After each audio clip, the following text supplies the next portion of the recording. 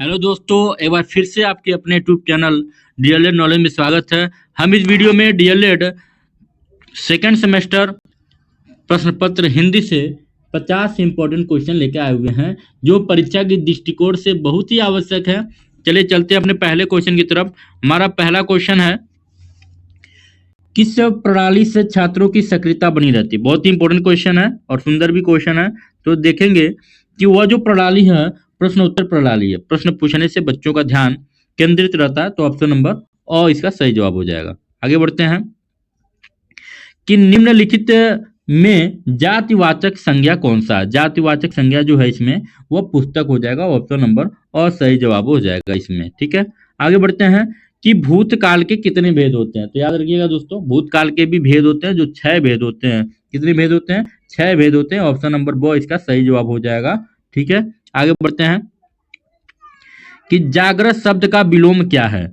तो option number ब इसका सही जवाब हो जाएगा, सुषुप्त। ठीक है, आगे बढ़ते हैं कि मौन वाचन का क्या उद्देश्य होता है। तो मौन वाचन का जो उद्देश्य है वह है अ और ब दोनों वाचन गति का विकास और पठित सामग्री का अधिग्रहण। इसलिए ऑप्शन नंबर 2 इसका सही जवाब हो जाएगा।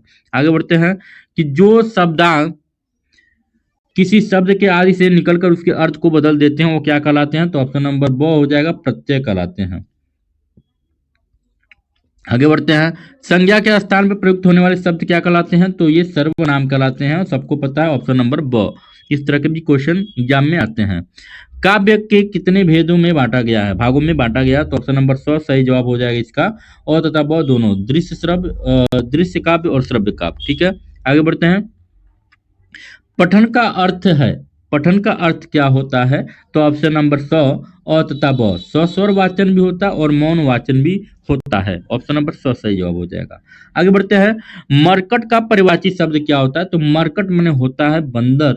इसलिए ऑप्शन नंबर 2 इसका सही जवाब हो जाएगा। आगे बढ़ते हैं, फ का उच्चारण स्थान क्या होता है। तो फ का जो उच्चारण स्थान है वो ऑप्शन नंबर ब, ओष्ठ से बोला जाता है। आगे बढ़ते हैं कि कवि शब्द का स्त्रीलिंग क्या होगा। तो कवि शब्द का जो स्त्रीलिंग होगा वह कवित्री हो जाएगा। ऑप्शन नंबर 2 सही जवाब हो जाएगा। आगे बढ़ते हैं कि व्याकरण में वचन का सही अर्थ क्या है। तो व्याकरण में वचन का सही अर्थ जो है वह संख्या है। ठीक है, आगे बढ़ते हैं कि प्रत्यक्ष शब्द में प्रत्यय कौन सा लगा है। तो ऑप्शन नंबर 2 प्रत्यक्ष शब्द लगा हुआ है, इसमें प्रत्यय लगा हुआ है। आगे बढ़ते हैं, पूर्ण विराम का प्रयोग किया जाता है। तो पूर्ण विराम का जो प्रयोग है वह वाक्य के अंत में ही किया जाता है। इसलिए ऑप्शन नंबर 100 इसका सही जवाब है, जो खड़ी पाई जिसे आप बोलते हैं। आगे बढ़ते हैं कि निम्नलिखित में से स्त्रीलिंग शब्द कौन सा है इसमें। तो ऑप्शन नंबर 100 जो हो जाएगा, उपहार, ये स्त्रीलिंग शब्द है। आगे बढ़ते हैं, चौराहा शब्द में कौन सा समास लगा हुआ है। तो चौराहा शब्द में द्विगु समास लगा हुआ है। ठीक है, ऑप्शन नंबर 100 सही हो जाएगा। आगे बढ़ते हैं, कोई खड़ा है, इस वाक्य में प्रयुक्त कोई किस प्रकार का सर्वनाम है। तो ये अनिश्चयवाचक, हमें पता नहीं है कौन खड़ा है, अनिश्चयवाचक सर्वनाम कहलाएगा ये। ऑप्शन नंबर 2 इसका सही जवाब हो जाएगा। आगे बढ़ते हैं कि अच्छाई, मानवता, बचपन किस संज्ञा के उदाहरण हैं। तो ये जो उदाहरण है ऑप्शन नंबर 100 भाववाचक संज्ञा के उदाहरण है। आगे बढ़ते हैं, कौन सा परिमाण बोधक सविशेषण है। तो ऑप्शन नंबर 2 हो जाएगा, थोड़ा। थोड़ा जो है वो परिमाण बोधक विशेषण है। ठीक है, आगे बढ़ते हैं कि रानी केतकी की कहानी के रचयिता कौन माने जाते हैं, मतलब कौन हैं जिन्होंने रानी की केतकी की कहानी को लिखा है। तो ऑप्शन नंबर 100 इंसा अल्लाह खां ने लिखा है। आगे बढ़ते हैं कि दो ध्वनि कहाँ से उत्पन्न होती है। तो ऑप्शन नंबर ब हो जाएगा, दंत से। ठीक है, आगे बढ़ते हैं, बेखौफ शब्द में बे उपसर्ग जुड़ा है। तो उर्दू का, फारसी का, हिंदी का, अंग्रेजी का, किसका जुड़ा हुआ है। तो ऑप्शन नंबर ब फारसी का जुड़ा हुआ है। आगे बढ़ते हैं कि सत्य बोलने वाला वाक्यांश का एक शब्द होगा। तो सत्य बोलने वाले को सत्यवादी कहा जाता है। तो ऑप्शन नंबर 100 इसका सही जवाब हो जाएगा। आगे बढ़ते हैं कि मधुरता शब्द में प्रत्यय है। मधुरता शब्द में कौन सा प्रत्यय लगा हुआ है। तो ऑप्शन नंबर 2 हो जाएगा, ता। प्रत्यय मतलब जो पीछे लगता है। ठीक है, आगे बढ़ते हैं कि इनमें से कौन सी ध्वनि अंत अस्त नहीं है। तो ऑप्शन नंबर ब हो जाएगा, ब का ब ही हो जाएगा इसका सही जवाब। आगे बढ़ते हैं कि बच्चों को कहानी सुनाते समय बीच बीच में उनकी कल्पनाशीलता को जागृत करने के लिए पूछना चाहिए, तो क्या पूछना चाहिए? तो ऑप्शन नंबर ब, विकासात्मक प्रश्न उनको पूछते रहना चाहिए। आगे बढ़ते हैं कि जो बहुत अधिक बोलता हो उसके लिए एक शब्द क्या कहेंगे? तो जो बहुत बोलता है उसको हम वाचल कहते हैं, ऑप्शन नंबर स। आगे बढ़ते हैं, सजग शब्द का परिवाची प्रय नहीं है, कौन सा नहीं इसमें? तो ऑप्शन नंबर 100 हो जाएगा, पहरेदार हो जाएगा। ठीक है, आगे बढ़ते हैं कि महाकवि शब्द में प्रयुक्त समास कौन सा लगा हुआ? तो ऑप्शन नंबर अ, कर्मधारय समास लगा हुआ है। आगे बढ़ते हैं कि निम्नलिखित में कौन सा व्यंजन उसमें है? तो ऑप्शन नंबर 2, उसमें व्यंजन जिसमें हलंत लगे होते हैं। आगे बढ़ते हैं, स्र संयुक्त अक्षर निम्नलिखित व्यंजन के मेल से बना हुआ है, तो ऑप्शन नंबर अ, स र अ से बना हुआ है। ऑप्शन नंबर अ सही जवाब हो जाएगा। ख का उच्चारण स्थान क्या होता है? तो ख का जो उच्चारण स्थान है वो कंठस्थ होता है, कंठ होता है।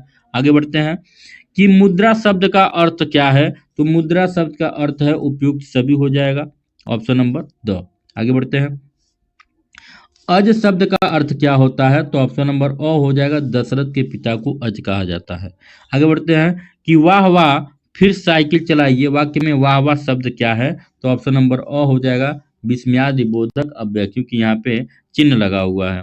आगे बढ़ते हैं, परिश्रमी शब्द में कौन सा विशेषण का बोध होता है? तो ऑप्शन नंबर अ, गुणवाचक विशेषण का बोध होता है। आगे बढ़ते हैं, वह गलत होने से डरती है, वाक्य में उचित क्रिया विशेषण शब्द आएगा, क्या आएगा? तो अ, वह गलत होने से बहुत डरती है, इसलिए ऑप्शन नंबर अ सही हो जाएगा। यह मेरा है कि आज वर्षा अवश्य होगा, तो यह मेरा अनुमान है, यहाँ पे क्या लगाएंगे? अनुमान, ऑप्शन नंबर द। सभी श्रोता यथावस्थ बैठे थे, व्याकरण की दृष्टि से वाक्य में रेखांकित पद यदा स्थान क्या है? तो ऑप्शन नंबर अ, अव्यय हो जाएगा। ठीक है, अव्यय। आगे बढ़ते हैं कि जटिल विशेषण के लिए निम्नलिखित में से उपयुक्त संज्ञा होगी, तो ऑप्शन नंबर 100 समस्या हो जाएगा। आगे बढ़ते हैं कि रिक्त स्थान की पूर्ति के लिए उपयुक्त कारक चिन्ह का चयन कीजिए, प्रत्येक प्रश्न 4 संभावित उत्तर दिए गए हैं, तो कारक इसमें से रिक्त स्थान की पूर्ति के लिए कौन से कारक यहाँ पे भरे जाएंगे? तो सबसे सटीक जो कारक होगा वह 100 हो जाएगा के, प्रत्येक प्रश्न के 4 संभावित उत्तर दिए गए हैं। ठीक है, अगला प्रश्न है, हीरा जयपुर से दिल्ली जा रहा है, इस वाक्य में कारक कौन सा लगा हुआ? तो ऑप्शन नंबर ब, संप्रदान, सॉरी आपादान, मतलब से शब्द आया हुआ तो आपादान हो जाएगा। ठीक है, आगे बढ़ते हैं कि मानव शब्द के लिए उपयुक्त भाववाचक संज्ञा का चयन कीजिए, तो ऑप्शन नंबर ब इसका सही जवाब हो जाएगा, मानवता। आगे बढ़ते हैं कि किस वाक्य में कर्मवाच्य का प्रयोग हुआ है? तो ऑप्शन नंबर 100 राम द्वारा पत्र पढ़ा जाता है। आगे बढ़ते हैं कि लिखा नहीं जाता है, वाक्य में कौन सा वाच्य है? तो ऑप्शन नंबर 100 सही जवाब हो जाएगा, भाववाच्य हो जाएगा। आगे बढ़ते हैं कि इनमें से किस वाक्य में संदेहार्थक क्रिया का रूप प्रयुक्त होता है? तो ऑप्शन नंबर 2 तुमने अखबार पढ़ा होगा। आगे बढ़ते हैं कि क्रिया के मूल रूप को क्या कहते हैं? तो क्रिया के मूल रूप को हम लोग धातु कहते हैं। आगे बढ़ते हैं, उपयुक्त में से कौन सा शब्द नी प्रत्यय से बनी है? तो यहाँ पे करनी शब्द हो जाएगा, नी प्रत्यय से बना हुआ, ऑप्शन नंबर 100। आगे बढ़ते हैं कि जातिवाचक संज्ञा शब्द हैं, इसमें से कौन जातिवाचक संज्ञा शब्द हैं? तो ऑप्शन नंबर अ हो जाएगा, डॉक्टर। आज का वीडियो यहीं पे समाप्त होता है, मिलते हैं अगले वीडियो में, तब तक के लिए नमस्कार, जय हिंद।